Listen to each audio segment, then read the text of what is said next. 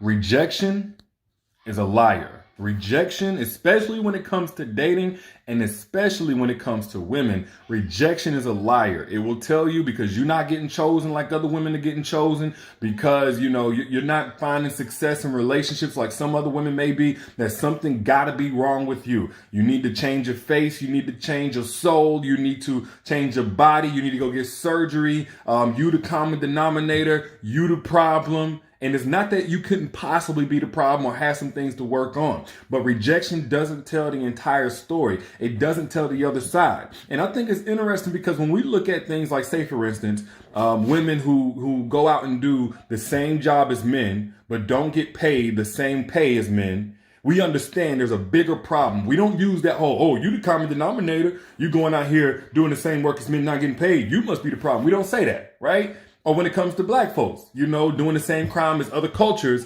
but the sentencing is much harsher and longer on black people, statistically speaking. We understand there's a much bigger problem at play than just black people. We don't say, oh, you the common denominator. But when we look at women who are not finding success, and women even internalize this themselves, we say, you the common denominator, you not getting chosen, you not doing da-da-da-da-da. Why you ain't got them lined up wrapped around the building, trying to date you? Why you ain't got but X amount types of prospects? Why you not having success in relationships? Rejection will tell you a half truth. That, yeah, you the common denominator, but what's also the common denominator is you're not playing a game that shouldn't be played to begin with, and that's what's popular today. That's what's popular today. But before we get into it, because I really want to go deeper, let's do a quick 5-second, maybe 10-second mic check. If you can hear and you can see me clearly right now, put your city, put your state down there in the comments. If you can hear and you can see me clearly, put your city, put your state down in the comments. Or give me a thumbs up. Give me an emoji or something to let me know that I'm coming through nice and clear so I know we are good. And when I see those coming in, which I do right now, let's get into it. So again, for those who may have missed the intro and all my replay folks, y'all already seen it, but rejection is a liar, right? Rejection will not put in perspective that the 8 to 10 guys that you seriously dated or tried to get to know don't represent the 3 or 4 billion men that are out there. Rejection won't tell you that. Rejection won't tell you what's become popular, what a lot of men have gotten used to, and how that can affect your results, despite what it is that you truly bring to the table. Despite the fact that, yes, you may be lit, you may be dope, you may be beautiful, but as you present yourself to blind people, they're going to constantly have the same verdict in whether or not you're beautiful. And that's going to be a no, because they're blind to what it is that you bring and the value of what you bring. Rejection won't tell you that if you are rare, then the person that you're compatible with is also going to be rare. I say this because I understand, I hear it all the time. You must be doing something wrong. How is it working for you? And you have people that's telling you that you're the sole problem. Again, it's not that you can't be doing things more effective. I even made a whole free masterclass about ways that you could be more effective in attracting a truly evolved man. That's the link that you see in the caption and pin down there in the comments. But ultimately, you have to understand this. If you are a woman that's of high caliber, a cream of the crop, and there's ways to qualify that. If you work on yourself, if you are very caring and considerate, if you work hard for everything that you've gotten, you ain't looking for no handouts, you know what I'm saying? You show up in a relationship as your most vulnerable, loyal, honest self. Whenever you do decide that you're going to entertain somebody, you take that seriously. You're not there just for a man's money. You have qualities about you that can maximize things that's going on in a man's life. First off, if that's you, you're not normal. You're not average. Don't matter how you look. You're not average. So the average man won't qualify for the position you're trying to fill as your equal. It's really basic common sense and basic logic. I talked about this before, but even when it comes to, like, say you a CEO, if you're trying to fill a position of somebody who can run a cash register, it's kind of easy to find that. Your pool of potential prospects to fill that job is going to include people with a GED, people fresh out of middle school, high school, dropouts, or ex-cons, and all of that kind of stuff. You got millions and millions of people. But if you're trying to find a position, I don't know, for the COO of your Fortune 500 company, well, how many people do you think is walking around with 15, 20 years of experience, good experience, 10 references, a PhD from an Ivy League institution. Like how many people, well, drastically less people are going to be qualified. So if you are a woman and you represent and you bring rare qualities, you got to understand the man for you is not going to be a dime a dozen because you're not a dime a dozen.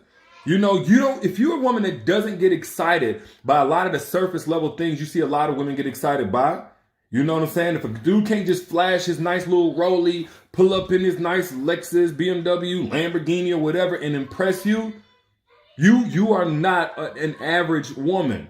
And I'm not trying to be messed up to the women who are average, but there's got to be levels to this on both sides. That's how y'all even choose y'all friends. A lot of real women don't even have a whole lot of friends because a lot of women are on some average type of time that they ain't on.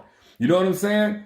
If when things get rough in a relationship and the man, you know what I'm saying, he's generally a good dude, whereas a lot of average women would probably run for the hills because things are uncomfortable and it's not looking too good. And, this guy over here then promised her he can make her life easier, but it's getting real over there in your life. But if you're a woman that doesn't run at the first sign of struggling and, some type of turmoil, so long as the struggle doesn't include you getting beat up emotionally and betrayed and that kind of thing, well, guess what? You're not an average woman.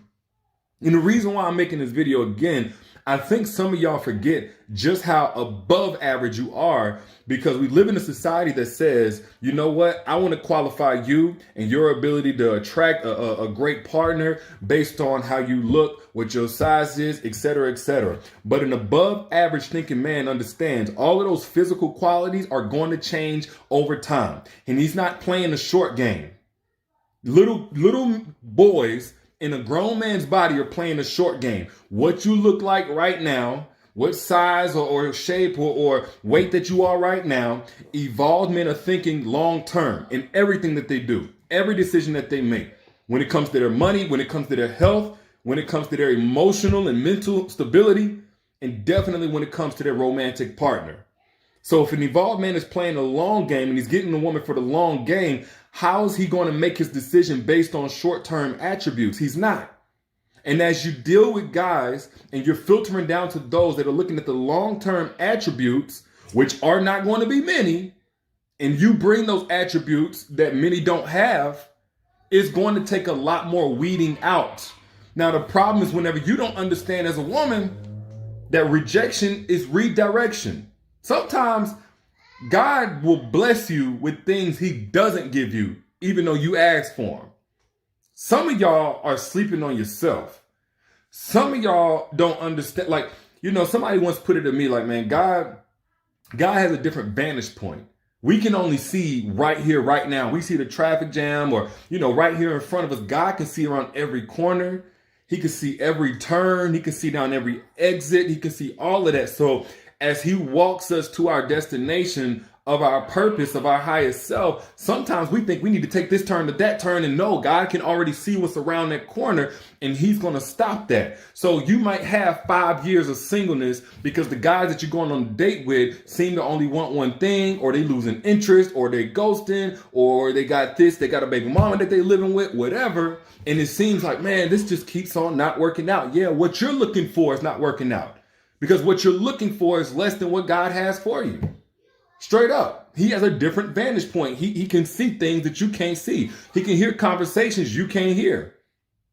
So the biggest thing that you need to keep in mind is that you need to not get in God's way as he's moving these men that aren't for you out of your way.